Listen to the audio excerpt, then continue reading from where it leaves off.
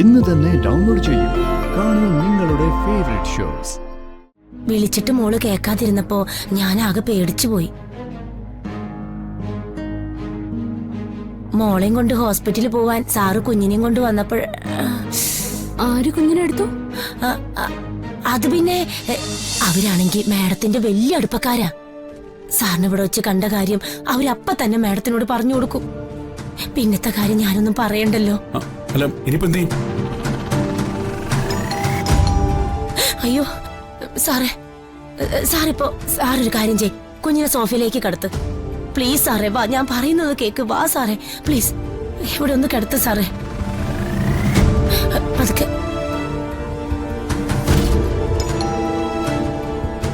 ഇങ്ങോട്ട് വാ. വാ സാറേ, ഞാനൊന്ന് പറയുന്ന കേക്ക്. വാ ഇങ്ങോട്ട്. ഞാൻ പറയുന്ന കേക്ക്, ഇങ്ങോട്ട് വരാൻ.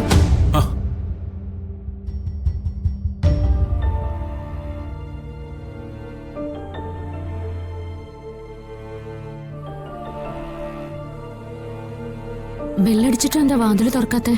അല്ല, ഇവരിനി ഹോസ്പിറ്റലിലേക്ക് വല്ലതും കൊണ്ടുപോയോ? ഹോസ്പിറ്റലിൽ പോവാൻ മോള് സമ്മതിക്കുന്നില്ലെന്നല്ലേ അവര് പറഞ്ഞത്? ഒന്നുകൂടെ നോക്കാം. സാറേ ഞാൻ പറയുന്നത് ഇങ്ങോട്ട് വരാൻ. തൽക്കാലം സാർ ഈ സ്റ്റോർ റൂമിൽ ഒന്ന് ഒളിച്ചിരിക്കെ. അവര് പോയി കഴിഞ്ഞാ ഞാൻ ഉടനെ വന്ന് തുറന്നു തരാം. അല്ലാതെ വേറെ വഴിയില്ല സാറേ. അവര് വന്നതിനും ഞാൻ എന്തിനാ ഇതിനകത്ത് കയറി ഒളിച്ചിരിക്കുന്നേ? ദയവ് ചെയ്ത് എന്നെ കൊലയ്ക്ക് കൊടുക്കരുത്. സാറിന് ഞാനിവിടെ കയറ്റിന്നറിഞ്ഞ എന്റെ പണി പോവും. വീട്ടിൽ ഒരുപാട് പ്രാരാബ്ദങ്ങളുള്ളതാ സാറേ.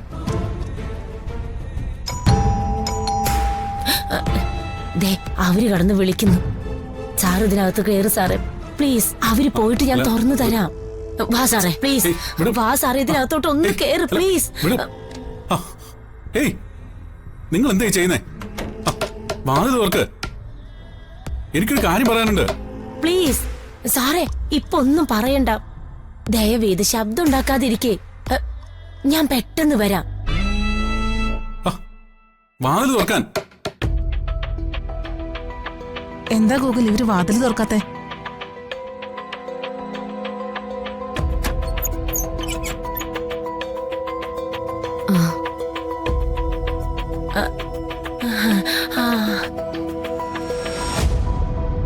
ചിപ്പിമോൾ എവിടെ?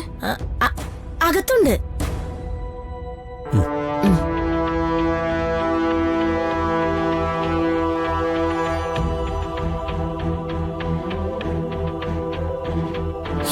ചിപ്പിമോളെ, ചിപ്പി, ചിപ്പിമോളെ, മോളെ, മോളെ എഴുന്നേക്ക് മോളെ. മോളെ വിളിച്ചിട്ട് വിളി കേൾക്കുന്നില്ലല്ലോ. മോളെ, ചിപ്പി, ദേഹം മുഴുവൻ പൊള്ളുന്നുണ്ടല്ലോ. താൻ ടെൻഷൻ ആവണ്ട, അത് ഡോക്ടർ നോക്കിക്കോളും. ഡോക്ടർ പ്ലീസ് മാറ.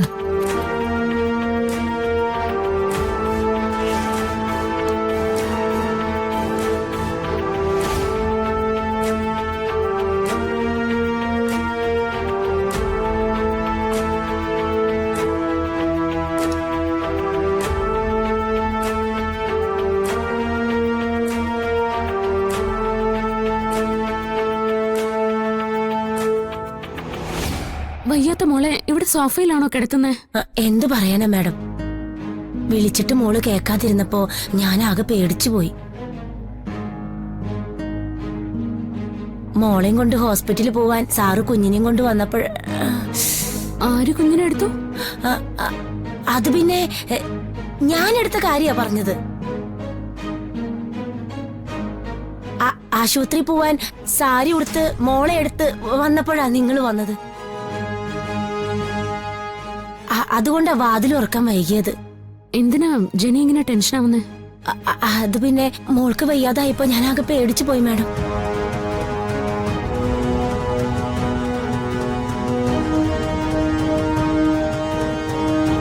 ഡോക്ടർ, നമുക്ക് കുഞ്ഞിനെ ഹോസ്പിറ്റലിലേക്ക് ഷിഫ്റ്റ് ചെയ്താലോ?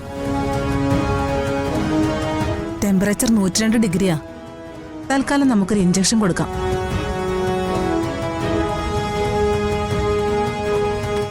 സമൃദ്ധ മോളെ ഒന്ന് മടിയിലേക്ക് വെക്കേ.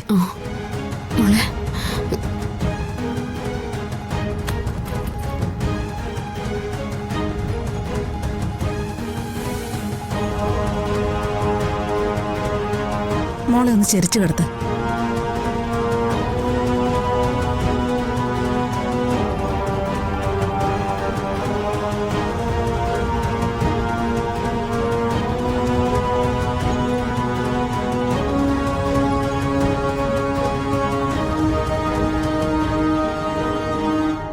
എന്റെ കർത്താവെ, സാറിനെ കാണാതിരുന്നാ മതിയായിരുന്നു.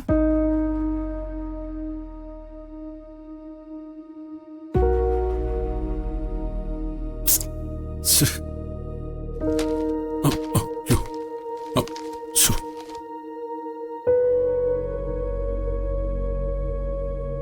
ശ്ശോ, എന്തൊരു ചൂടാ.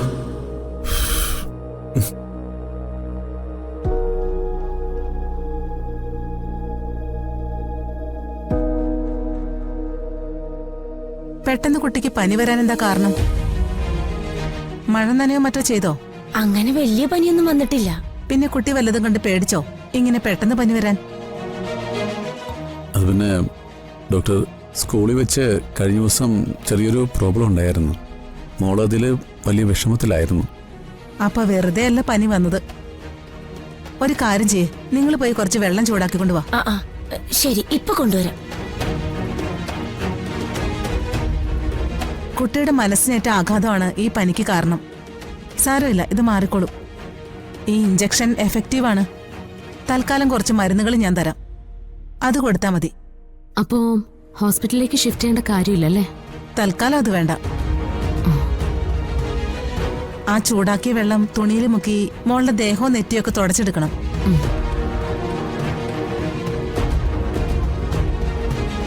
2 മണിക്കൂർ ഇടവിട്ട് ഈ മരുന്ന് കൊടുക്കണം.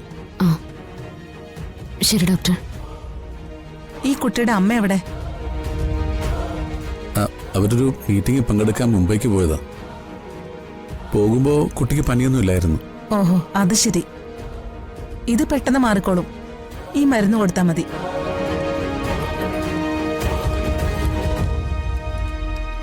ഈ ടാബ്ലറ്റ് പൊടിച്ച് തിളപ്പിച്ചാറിയ വെള്ളത്തിൽ കൊടുക്കണം.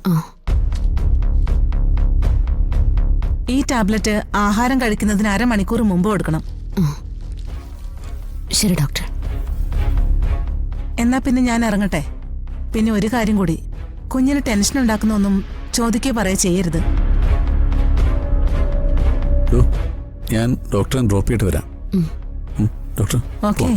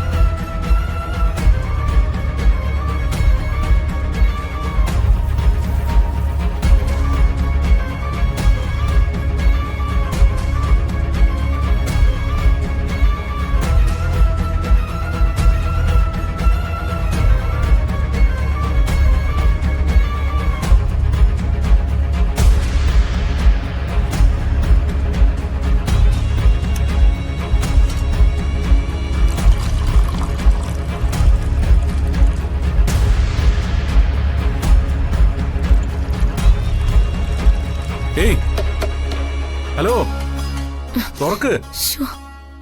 ഹലോ, വാതിലും തുറക്ക്. നിങ്ങളവിടെ എന്തെടുക്കുക? ഡോക്ടർ വന്നിട്ട് എന്തായി? മരുന്ന് കൊടുത്തോ?